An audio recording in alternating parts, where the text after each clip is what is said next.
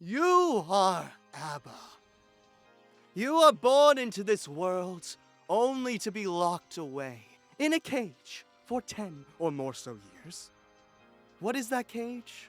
It's school, things to educate you how to be. But there is allegedly a way out. A key has been entrusted in you, in your mind, and in your flesh. And you can get out of this cage. However, when you get out of this cage, when you reach your maturity, you're locked on to this ideal, this key that represents your freedom. But you don't know how to use it. You'll never know how to use it, because fundamentally, these are things of power. As Michel Foucault says, A.B.A. knew nothing outside of being a homunculus. Paracelsus knew nothing outside of being a bloody war axe. In certain timelines, A.B.A. gave Paracelsus a body. But when he has his body, when he had his freedom, he was locked. He was chained by her, by another oppressor. That is the superficial notion of the self that is given by society. However, with the power of the love talk from the best girl, Elphelt Valentine, they learned that they could be together. They could go beyond these preconceived notions of homunculus and axe. And they could be together for real. No more bondage, no more nothing. Just true love. Another word that is completely constrained by power relations. When A.B.A. turned her key to a world untold, she wasn't ready, but she knows she just has to try. And they'll be in love for real.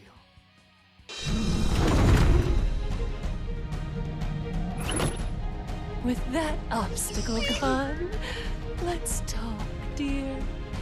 We have all the time in the world. Hello, everyone.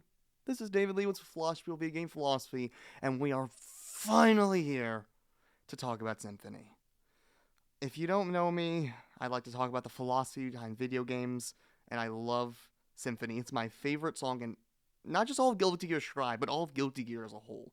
I don't know about my favorite Daisuke song, my favorite BlazBlue song as a whole, but it's my favorite Guilty Gear song. I am a BlazBlue lover after all. Many of you might not know that, but I do love BlazBlue. I'm preferential to that, but this is amazing too. So we already reacted to this song. This is a fucking masterpiece. We had A.B.A.'s via Anna Brisbane react to it. Well, react to the lyrics. My only assumption is it means like people are confusing and they say all this stuff to me that doesn't make sense, and I feel like I had to get out of this lab first, and now I'm in this whole other maze of like people saying stuff that doesn't make sense. And just all this blah blah blah blah blah, and it's just like, no, what do you mean? We had my professor from Franklin and Marshall react to half of the lyrics. And I think that line that, kind of gets at the way in which these chains or these interconnections are not neutral, nor are they natural. There's a politics to them, right? There's power involved in the making, the breaking, and the maintenance of these chains. And now we're finally here with everything coming together. So much time, so much experience, so much reading to finally break down this song and why it is a philosophical and musical masterpiece.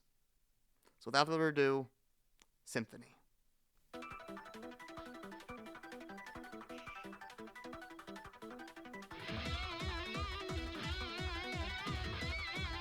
Have a little more.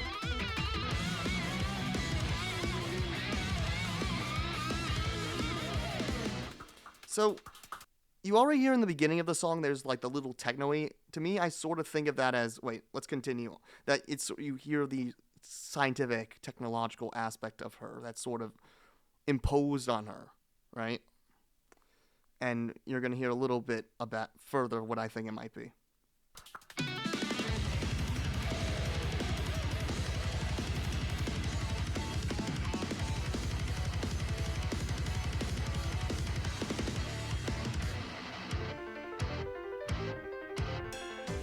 Wisdom, patience,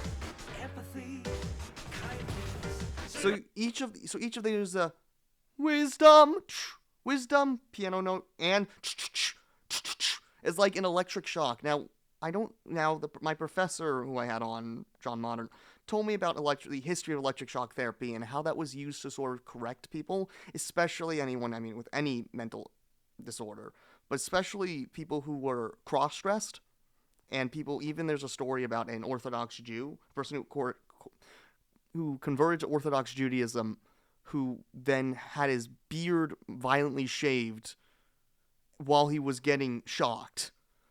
So, regarding how my whole thesis about this being a lot related to Foucault and sort of the history of mental illness and psychiatry, this very much relates to sort of the idea of normalization, which is also the scientific gaze. Because the scientific gaze makes everything look objective, makes everything needs to be rational, everything needs to be sane, everything needs to be orderly. And this song is all about getting away from that order. And you have each of the notes, like each of the serenity, like just one dull note each. Do, serenity, do, empathy, do. Like these are the established things. These are established ideals in society. Now, they're good ideals, but ABBA doesn't really fit them. Clarity. She ain't clear.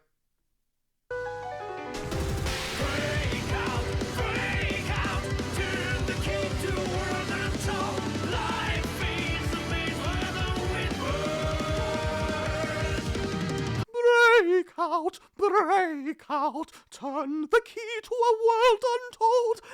Life is a maze woven with words.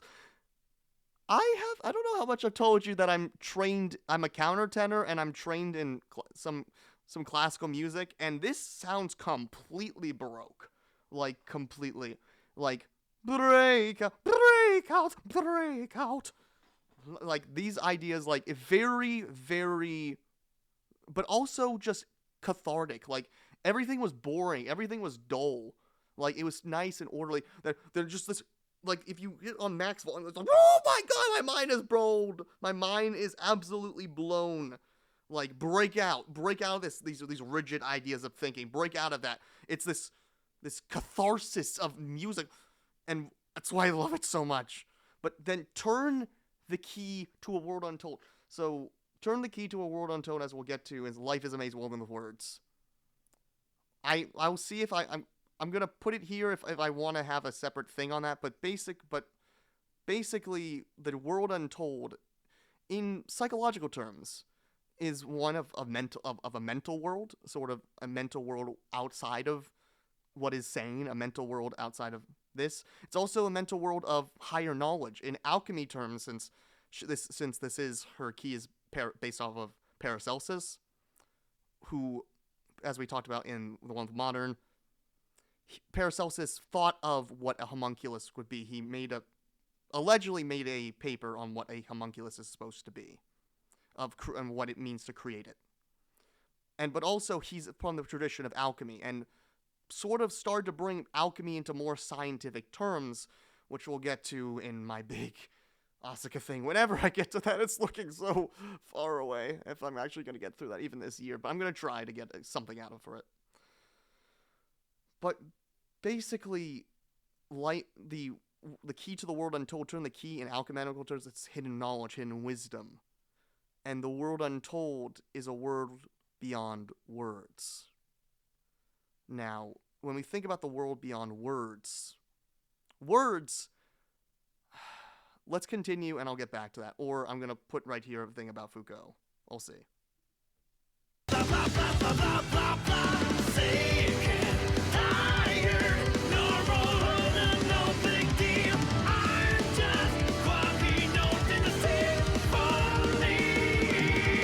Quirky note, you see that it's constantly, like, there's a lot of disharmony and there's a lot of harmony going on at the same time. There's a bunch of things that just come together, and the quirky note is like, she's there and she's not completely there at all. Not completely in harmony with the rest of things, but musically and thematically, when people who come together with these different ideas, that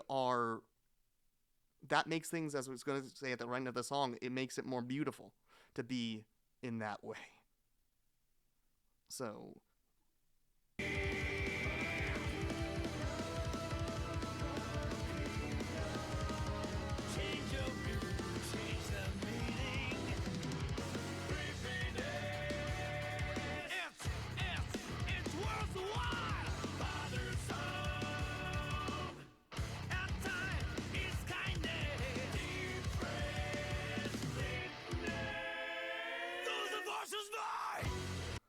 depressed sickness. I love the acting on that. Depressed sickness. Like very slurring. It's like sickness, it's bad, but we're making it sound good somehow. Those are virtues of mind. That basically means mental sickness, all these things, all these nice ideas, everything that you view as nice, empathy, all that. What about being depressed? Sickness, mental sickness. That's the virtue. Being mentally quote unquote sick, if you change the view, change the meaning, and realize that maybe there is actually something good to things that are quote unquote not normal. These things that are not ideal. In that way, you can view things in a different way.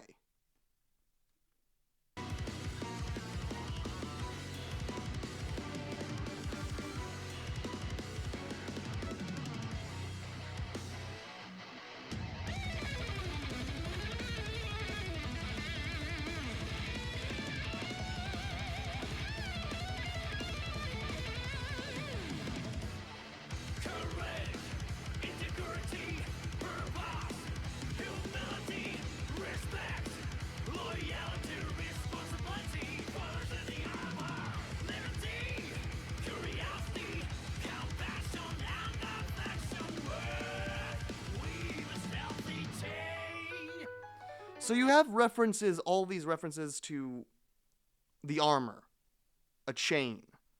Why are words an armor?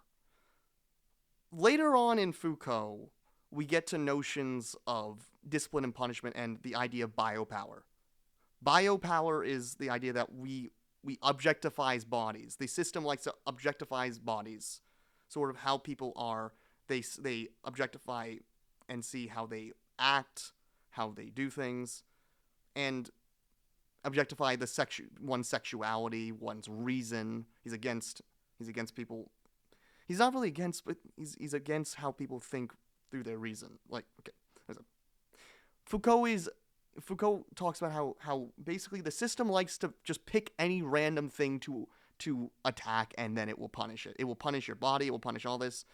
And the armor is this artificial idea. It's the technologies of society. So the armor around you that allows you to not fully express yourself. And that armor allowed to not fully express yourself is the words. So, what are the words? Why are words so bad? Why can't we understand? Let's start with Wittgenstein. Wittgenstein is a philosopher that I think was probably on the spectrum, and maybe not. But he basically made an idea that fundamentally, when we talk to each other, there are certain, all language is symbolic, and each person has an ideal way of seeing that language. And if they can't fully talk to the other person in a certain way, there will be an impasse of language. In other words, in other philosophies, there's a word called hermeneutic impasse, where the ways in which we talk about meaning, let's say, like, vaguely politically, to not get too political, but like, say, Black Lives Matter versus All Lives Matter. Oh, Black Lives Matter. Oh, one person sees this specific phrase as this horrible thing, and the other one sees All Lives Matter as this horrible thing. Like, when you say these different things, it has different meanings to different people, and that's their hermeneutic groups. Hermeneutics basically are how people fundamentally understand the world. And A.B.A. came out of a lab. So as Anna Brisbane's, her VA basically said, she doesn't understand anything. She can't think any of these things. She's just a simple girl and a simpleton. But as we also know in her story, she's bound to certain conceptions of herself. And for her and for Paracelsus, They are bound to, oh, I'm a homunculus. Oh, Paracelsus, I'm an axe. We are both tools. And I know the word tool doesn't come up on this song, but what it's basically saying is you have to get outside of how people should originally think about yourself.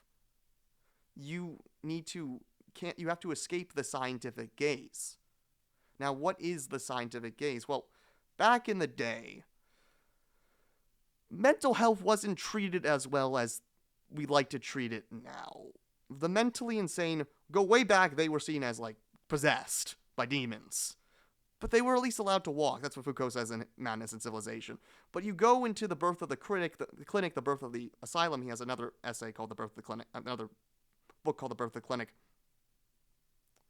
People start to get objectified. People turn into pieces of fascination. They would take pictures of mentally insane, and just like, oh, look how cool, look how different they are. And yeah, I'd say with like the bandages and stuff, it kind of looks like ABBA's in a straitjacket. It doesn't really do that well to the history, though. I think it's still kind of better than, let's say, I think Sigma from Overwatch's feet, and how they were literally going with, like, oh, he's mentally insane, so straitjacket appeal. Like, that doesn't really do well to the history of mental health. But I think there also might just be more of a mummy thing going on rather than a straitjacket nonetheless. But either way, mental health was just seen as an object. Oh, you have an illness, I can treat it. If you're not normal, you are this. You are creepy. You are depressed. You are this. You are that. And all of these ideas and ways of thinking about other people who were seen as animalistic. So like ABBA, she's a creation. She's animalistic. She has urges, passions. These things were fundamentally seen as things to be observed, things to be studied. And when I study this enough, I'll be able to treat it and make you normal. Now, the difference between Foucault and between people like Derrida, so Derrida just says, let's get rid of language completely. Let's go beyond language. And there's a little bit of hole in that argument because you're writing this beautifully written essay about what, and saying, basically talking about how there's reason, we love reason, and we need to get rid of reason. Well, if you get rid of reason, then if you get rid of language as a whole, then you can't write it. But even Foucault would say, well, the things I'm writing are things that are fundamentally, each word is taxed, like, and each word has so many multiple meanings. So the meaning of, let's say, change your view, change your meaning, change the view, as Modern said, you can change the word, change the meaning, but not everyone else is going to buy it. So if I can say, okay, I'm going to personally liberate myself from needing to feel empathy, from needing to be this, from needing to be that, and I can liberate myself, and I can say, hey, I want to think that maybe being creepy is cool. Being depressed, well, let's say being inspired. Let's say that means inspired. Being creepy is inspired. Or being this is inspired. Or these words, creepy, bothersome. Oh, the child. That child has so much ADHD, like me. They're bothersome. This child is this. This child doesn't fit in. They're bothersome. These are things that, well, bothersome. What about things such as kindness? Sometimes there's kindness, and that we'll get back to where Nietzsche fits in, because I don't know if Foucault fully fits this, because Foucault would say you cannot fully escape this whole idea. You can't escape being in this system. He never offered a way out. And I will, again, if there's any point in which I feel like I want to further elaborate on this or take some things out and say this in a way more scripted, I will do that. But basically, being this way, being in a system, I think we should continue further, but you see what I mean. Language is, the way in which we use language and the way we distribute it and how it's used are fundamentally ideas of power. It's fundamentally relegating and puts people in a structure where the powerful can abuse what and basically look at people and say, you're this, you're that. Or Derrida would just say, well, language is the way in which we uphold reason, which is, this song is definitely about getting away from reason. It's about getting into chaos. But it's also very specifically, we'll see.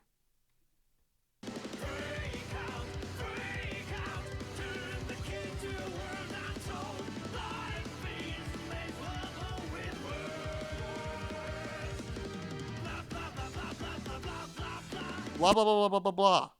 Like, let's be meaningless. Let's blah, blah, blah. That, you know what that could also mean? There's people in which I studied regarding people who act. I'm very interested in how people think about playing as an animal. And there's performances of a guy who was a shaman, who basically started saying, called seal folk, I think is the thing. Forget the guy's name. I'll put him on the board. I'll put him on the screen. But he basically, there's a thing called a selkie, and he would that when they get out of the water become human. When they're in the water, they're seals, and he starts getting into water or something, and he starts just saying completely inaudible, and in that case, he's trying to break what is language, and sort of get more in touch with the inner animal.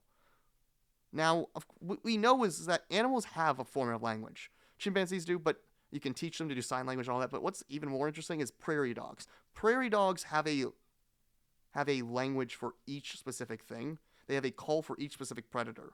So saying that language as a whole is completely human is false. But it's obviously by far the most sophisticated. And the fact that there's so many different languages out there, yes, that leads to humans' faculties. But there's a lot of things you miss if you just look to language. If you take out bodily reactions, look at expressions. Like, there's a lot of things, obviously, if you just, when text conversations that can be missed. That's why we have emojis. We're trying to get back to emotions and not just this logocentrism, not just this focus on the word, on the voice. Fundamentally, the language on its own is not good enough.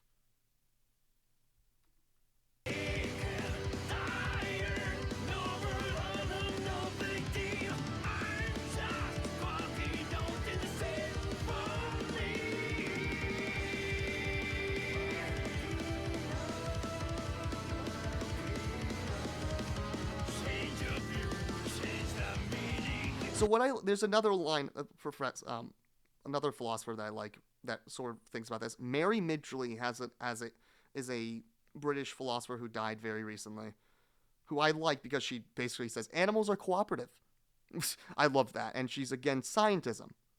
She's against looking at things only through the lens of science. If you look at things in the way of aquarium, in the world of the aquarium, you can look at different angles from and look into the tank. And when you look through it each different way, you'll find something different.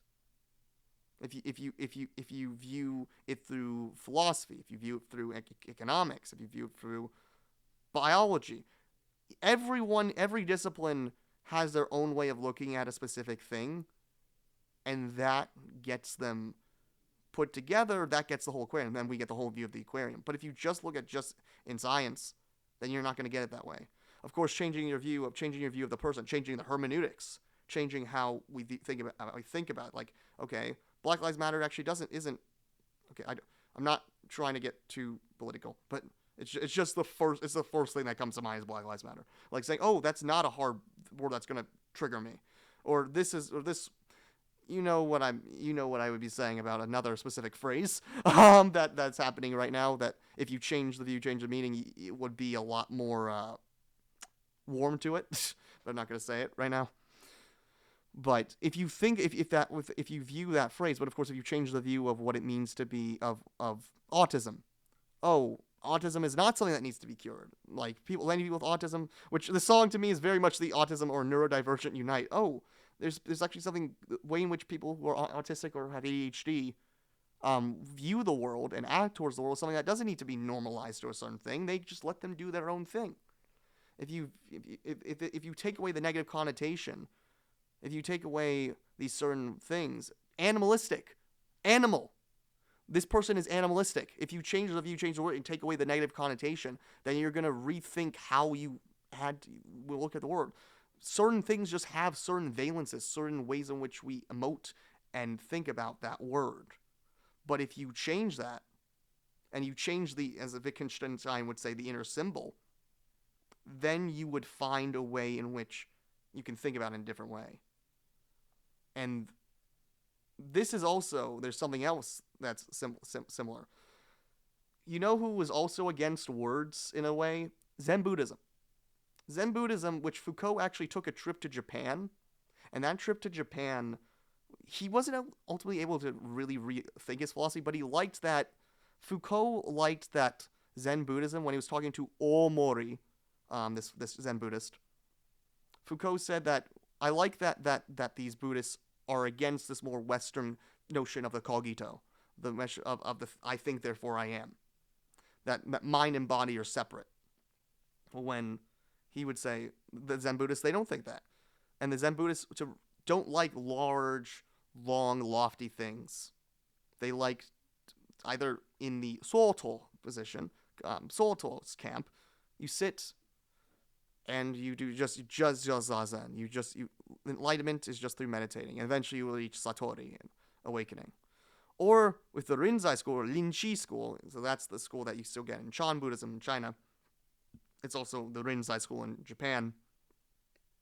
When you go beyond words, when you find this enlightenment in yourself, when you not only find this enlightenment in yourself, when you refuse yourself and refuse the hollow, superficial self, and you get to the more deeper self, and that's partially, you could say maybe, in my mind, connected to the words. If you allow yourself to go away from this more individualistic ideas and get to the specific, get to that certain individual, you go beyond the words, you go beyond the self, and you find the true self, the oceanic self, by going beyond lofty philosophy, and you get to what is simple.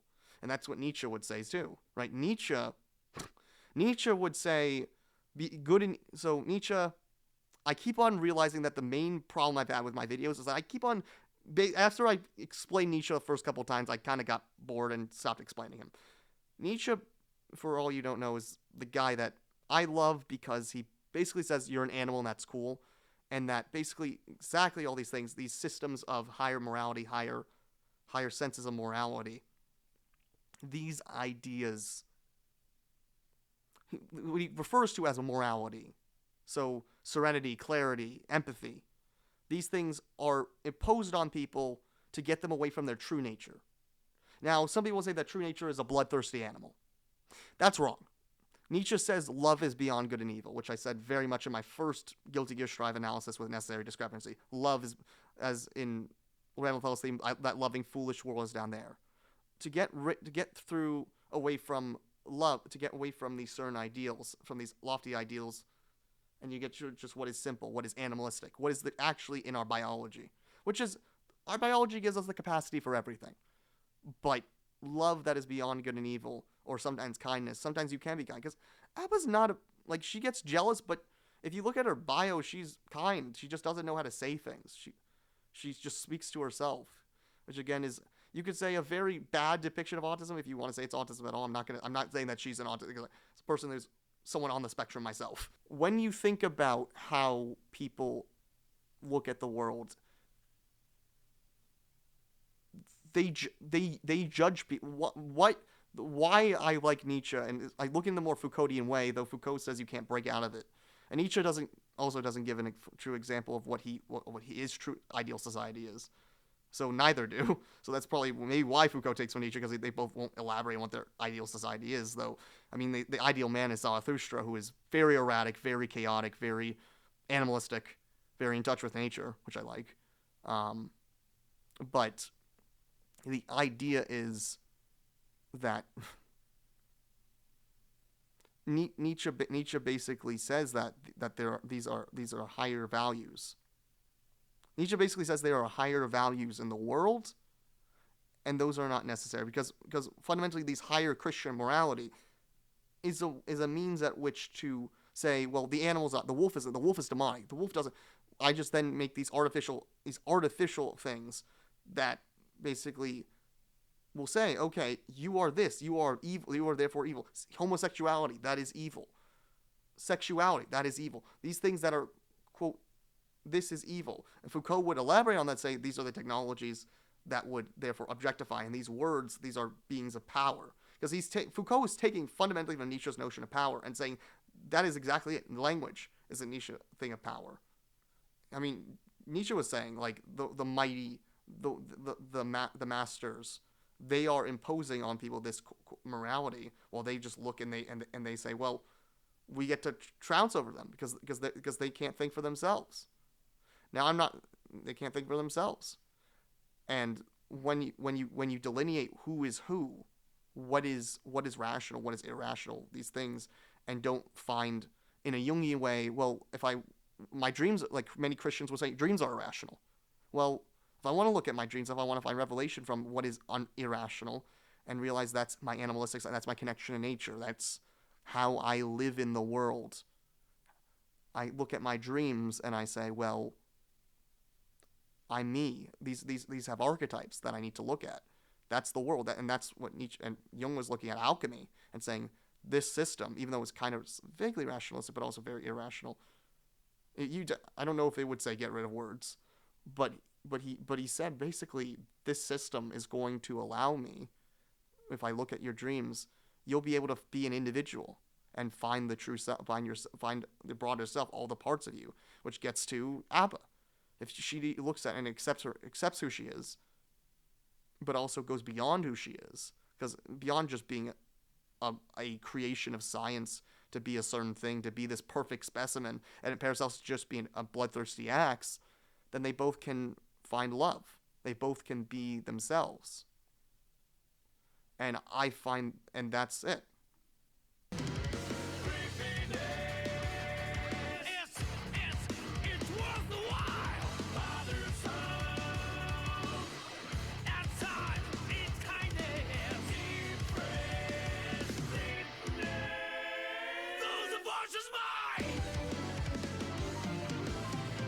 Look at it. It's like very erratic, very kind of like it's like sort of you feel like you're getting to a higher sense of existence through this because you're not bogged down by these ideas.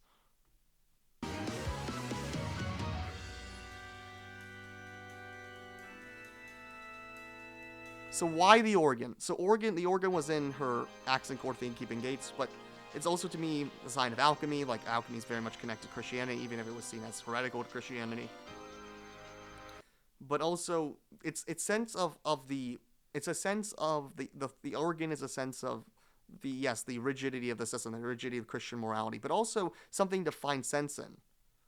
To find, okay, I need to find calm, and I need to find and sort of get back to the past, get away from science and go back to a sort of the parts of religion that were a little bit more irrational, and find a sense, sort of the rebirth of that religion. I mean, Lost Prayer, her stage is about religion. Like, there's angels, there's wings and stuff. I mean, though I don't fall in prayer, like the prayer is falling. We need to get back to that prayer.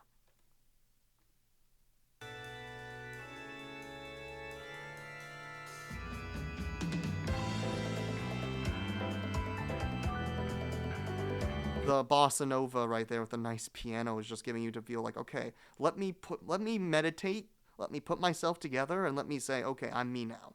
Okay, let me calm the F down and just chill.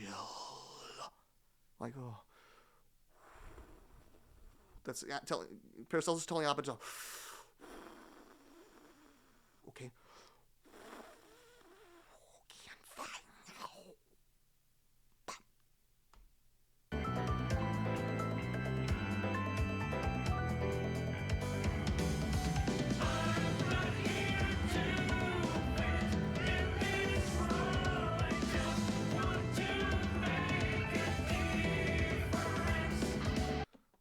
This is the ultimate autism anthem right here. Like, that's every autistic and ADHD person, especially autistic people, is like, yeah, I don't want to fit in this world. I don't need to be by your ways of interaction. Let me just be myself and make a difference. And me, with ADHD, I don't need to fit in this world. I just need to make a difference. Me with whoever I am. Me just being unique and being who I am because I'm just very much not fitting in the world. Let me just be who I am. I want to make a difference. Like everyone who's not normal, there's no normal. There's no any of that. Let's just make a difference. But also, as Marco Meatball pointed out, this is "We Don't Need No Education" from Pink Floyd. So we don't need to educate. We don't need an education from the masses. We don't need to be told what to do. We don't need to be that. We don't need to be this. But the fun thing about, again, Foucault is that Foucault is kind of saying, is actually kind of, he's an anti-humanist. He's not just saying, okay, technology, science, this, that. Technology is a means at which is good. He actually kind of liked some parts of the heart. It's actually the heart science. His main objection was to psychology because of psychiatry and because of mental illness. He actually says to kind of refuse yourself. He's highly individualistic still, but he's likes Zen Buddhism because it sort of refuses the self, because the self is itself a means in which society, by giving you a sense of individualism, enslaves you. Now, I don't think he says go to now be collectivist, but he's saying like the individuality of society is false. Individualism is a collectivism, and I think that's correct because we all look to our high ideals. We look to who we are as Americans, especially. We'll talk about this with Metal Gear Rising. And we sort of find a conformity in our individuality because we need to be this certain thing. And that's why when you go to the broader sense of the Jungian sense of the true self or the full self, the oceanic self, you find that you can be so many other things because that these are the sort of barriers. The self is itself a defense mechanism, as a friend of mine says, or as something unconscious about it that sort of blocks you from a fuller picture of just reality as a whole. That's the turning the key to the new world, is sort of this sense of inner rebirth. And I think A.B.A is in a sense going through rebirth to find who she can possibly be. And that rebirth, I mean, partially goes to why Paracelsus turns blue at the end. It's as deep as the blue of the sea. She sort of goes into the unconscious and finds something of herself, because she was held on to something very specific, but she didn't need to be that. You don't need to be. You don't. I was just talking about with Farina. You don't have to. There's a certain meta narrative about how you are in society. That society sets a meta narrative, narrative about you, about a role to play. You're gonna be the insane person. You're gonna be the rational person. You're gonna be this. You're gonna be that. But you are not. Don't need to be that. You don't need to be the homunculus. Technology, science is says you're an object, and she doesn't want to be an object. She doesn't want to be a tool. She wants to be a person. And I think she'll be as a person in a kind of both self-refusing and self-affirming way. And these are all of her dealing with being seen as a freak. She has no interaction line so far with anyone in the cast. I mean, she interacts with people, but she's only really cares she's only talking to herself. And now, as Anna Brisbane said, does A.B.A really want to make a difference? According to Anna Brisbane, not really. The difference she wants to make is with Paracelsus, but I think the difference she's making with Paracelsus, she made a big difference by helping him change, and Paracelsus helping her change. They really, in a sort of chemical wedding in Rosicrucianism, the male and the female, Paracelsus really is alchemically the thing that helped A.B.A be who she wants to be, because she had this symbol of the key that helped. She started collecting keys because of her internal freedom. This sort of the self, the ways in which she has been called, is her own mental slavery, her mental constrainment. The armor, the words around her were this armor that constrained her. But she can be free of that through this, basically just, you could say taking psychedelics or something. Taking, not really, not actually, but going, embracing it, embracing the insanity. But the fun thing about Foucault Foucault never said actually embrace insanity, because towards the end, he's kind of mocks Nietzsche for his fall into madness. At the end of Madness and Civilization, he kind of says, it ends really weird. You feel like Foucault's yeah, let's let's be insane. We lose the alienation created by science, created by these forces of reason, allows for schizophrenia to exist, allows for these mental illnesses to exist.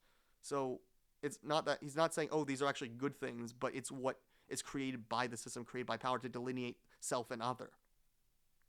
So I don't. That's why I think, again, more Nietzsche would be just be yourself. Jung would definitely be yourself, but Jung would still say also, okay, let's work through it. Like Jung, like exactly like the therapy, like Paracelsus is kind of giving the therapy, like, okay, let's look at yourself. Let's say, okay, what's healthy? What's the shadow? What am I not accepting about myself?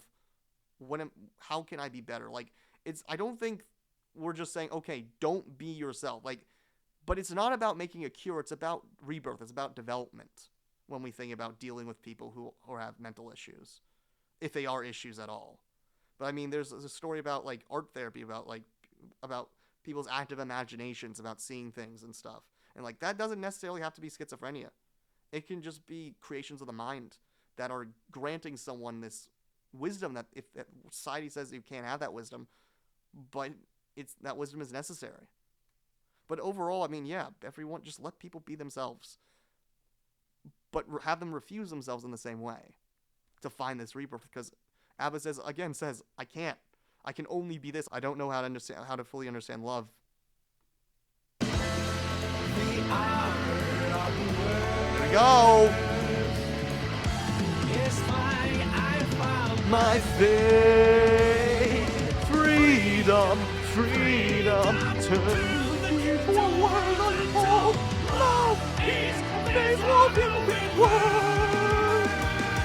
Love is a maze woven with words. So basically, love, freedom. So Foucault would say, yes, even freedom, as opposed to, let's say, early things about liberty. Like, free liberty is a more abstract idea. Like, oh, we live in the United States, we're free. But we're not, in so many places, we're not free. Or even as Eric Fromm talks about with escape from freedom, like, we have so much freedom now. What do we do with it? We're kind of constrained by how much freedom we have. Doesn't mean, but, okay, the word I like, even though all words are ways in which are means of power, or if Derrida, go with Derrida, all words are bad, but hey, let's go with freedom from all of this mental slavery. Love is a maze woven with words. So love, as Nietzsche would say, yeah, love is beyond good and evil. Now the way Nietzsche would view love and the way in which other people view love, like, okay, there's the agape, there's the love of everyone, then there's the more erotic love, eros love of a single person. Like Nietzsche says, don't love your neighbor, love the farthest person, because you should just love everyone. Like, actually love everyone. Don't just be tribal. So love is a maze woven with words basically means, like, there's love, freedom, all these things have so many different meanings, so many different connotations, that they don't truly get at the purpose of things. And again, love, it goes to the high note. Words, and again, also very woven with words. Like, you have this imbalance again between the more highfalutin, the high symphony, high classical stuff, and the hard rock, but they're coming together. So fundamentally, it's kind of saying that A.B.A, in her quirkiness, can live in society. We can be together. We can fundamentally live together. That is love. And also, I mean, just in general, love, I mean, fundamentally in relationships, there's so many ways in which, again, as Wittgenstein say, we can't fully understand each other. So fundamentally, in actual love between two people, like A.B.A and Paracelsus, like during the arcade mode, A.B.A misunderstands Paracelsus so much. It's like, we have to break up. We have to break up. I can't be with you anymore. It's like Paracelsus, like, no, come on, we're fine. I don't want you to go, but yeah, you've been manipulative. Yeah, I manipulated you. You manipulated me. That's pretty bad, but we can be together. So, like, love is a maze woven with words. Like, there's so many things in relationships. Like, of course, the biggest relationship A.B.A and Paracelsus, like, it's gonna have problems. Things are gonna have issues.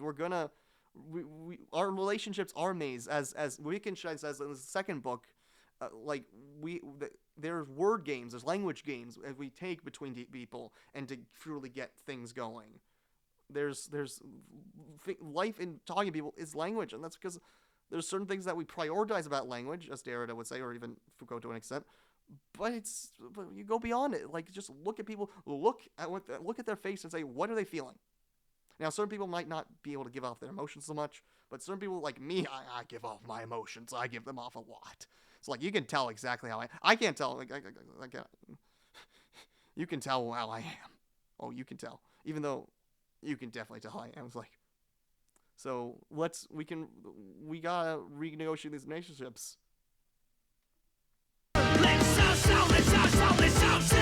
just sort of like, let's accept the wild. Let's roar, let's shout. Let's be people. Let's be embodied. Let's be ourselves. Let's be animals. And the fun kind of animals, not the bad kind of animals, like cool kind of animals. Like, let's shout. Let's be wild. Let's be bothersome. Let's be creepy. Let's be all this. Because, like, we need that society. Because in our domesticated society, we're disconnected from our body, as Nick Tannen. So Nick Tannen, so I'm getting into him, like, our high focus on the mind and body being separated focuses on reason, and that fundamentally disconnects us from nature. It disconnects us from. So if you think about the book Where the Wild Things Are, children playing as animals, being able to have the rumpus, to be uncivilized, to be messy, shout, dance, jump on the bed, all of that. Let's do it, because when kids have to be so polite, formal. We get so civilized that we can't be funny. We can't be playful. Everything gets to be so orderly. And fundamentally, you have to give up control of yourself. Like, A.B.A needs to give up control. Like, the whole deal is, like, in her accent core, one of the accent core endings, again, both of them are on canon. But, like, she's so, like, when she finally gives Paracelsus a body, she's so manipulative, she puts him in chains. It's like, I don't need to keep you in chains. Like, she says at the, like, in the arcade ending, I don't need to put you in chains, because she doesn't need control. But that's sort of like in Freire's, and so there's an Brazilian educator, Paulo Freire, basically says that systems of power make any person who is in power make the oppressed feel like they're the oppressor. Now, you can obviously think about poor white people versus poor black people. Like, people against minorities try to take them out. Now, I might cut this out. But basically, make the oppressor feel like the oppressed.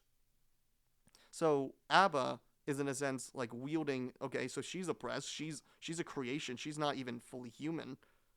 So she puts all of that on Paracelsus, trying to find love, yes, but a manipulative yandere kind of love, that she gets jealous of everyone. And Paracelsus, I mean, in a way, still also manipulates, like, originally manipulated A.B.A, because he's a tool. So it's sort of freeing. So in Freire's idea, you have to free yourself and find, well, as you would say, class consciousness, but just self-consciousness. Fromm would say self-consciousness, that would be able to liberate you. Actually, Freire cites Fromm to basically say, okay, I need to find this sort of self-consciousness that's beyond this grander narrative, and find it in myself. So let's just like, be that, like that. Like, who cares? Who cares? Stop having people care.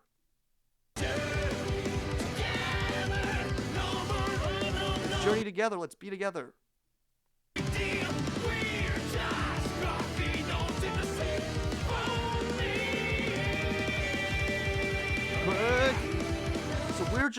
So yes, all the changes now. Paracelsus and A.B.A have finally convinced each other to be a pair, to be together, and that's wonderful. But then they need to be. Then A.B.A and Paracelsus need to fundamentally find themselves and say, okay, we're a symphony. So you know who also said that the world is like a symphony, that music harmonizes the world? Robert Flood. So I talked about music in China and how that's harmonization in Japan, and that's basically his harmony towards the self. Humans and nature can harmonize you. But also, like, he sort of thought about Robert Flood, an alchemist, who was around the time of the Rosicrucians. We'll talk about the Rosicrucians again with Asuka, with that essay, if ever I get to that. But the world is a universe.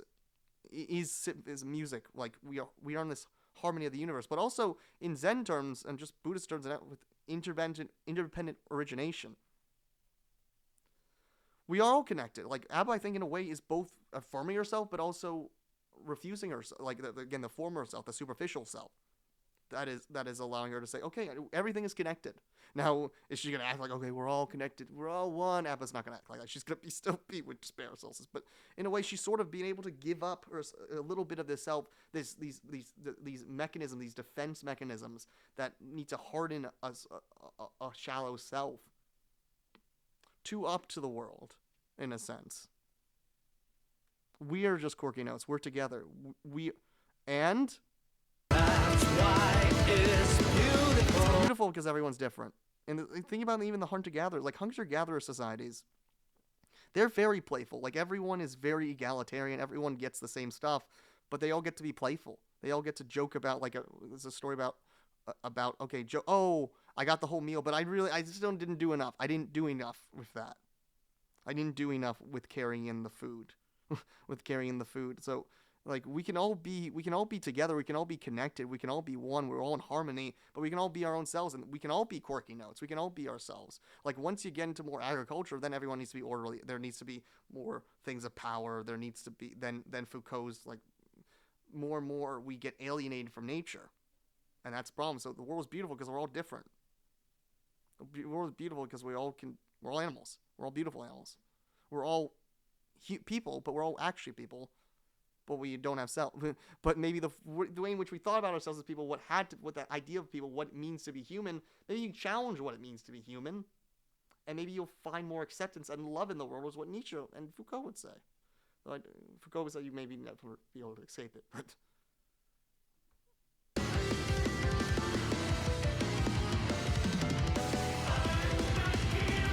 So it's like, I'm not here to. Now it's like it's like very much like she's enacting the rumpus. She's enacting where the rumpus. She's doing the rumpus. She's completely just going bad shit.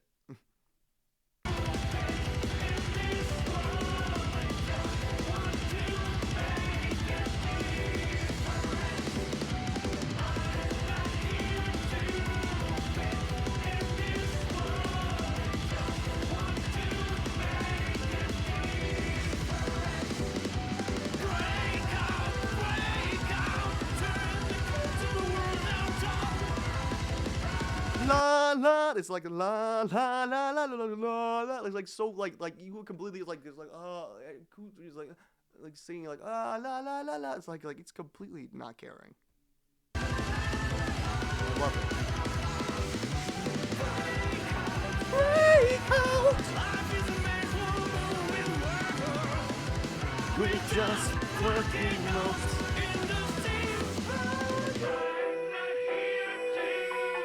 Now back to the bossa nova because we're like, okay, now we're gonna be chill. Now we're chill. I did the rumpus, but now I need a chill break. I did the rumpus.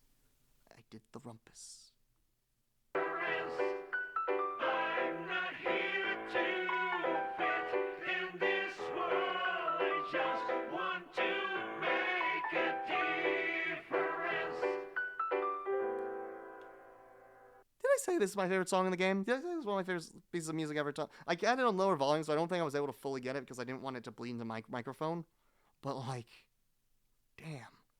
This is brilliant. This is musically amazing. Like, you have, again, like, musical cacophony of things just coming, all these different styles, all these different switches, and it just is brilliant of how it is. And, again, if I have anything else I want to add, or if I want to take things out and say in a different way, I will try to edit this up, but I will hopefully try to get this out before Ups and Downs comes out, because I'm really excited for Ups and Downs, because I get to talk about vampires.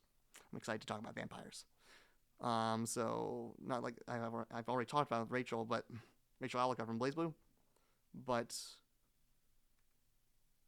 all right. This has been David Leo's Philosophy of Game Philosophy. Follow me on Twitter, Philosophiel.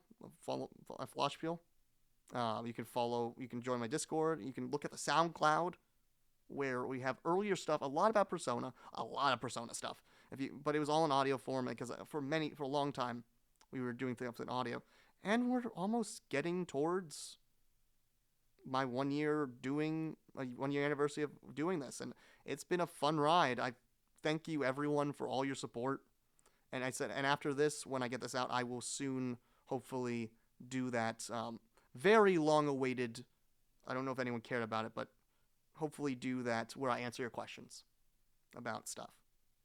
So I'm really excited. And comments. So it's been David Lee's Philosophy of Eating Philosophy. Remember, as in the words of the Shrek the Musical, let your freak flag fly.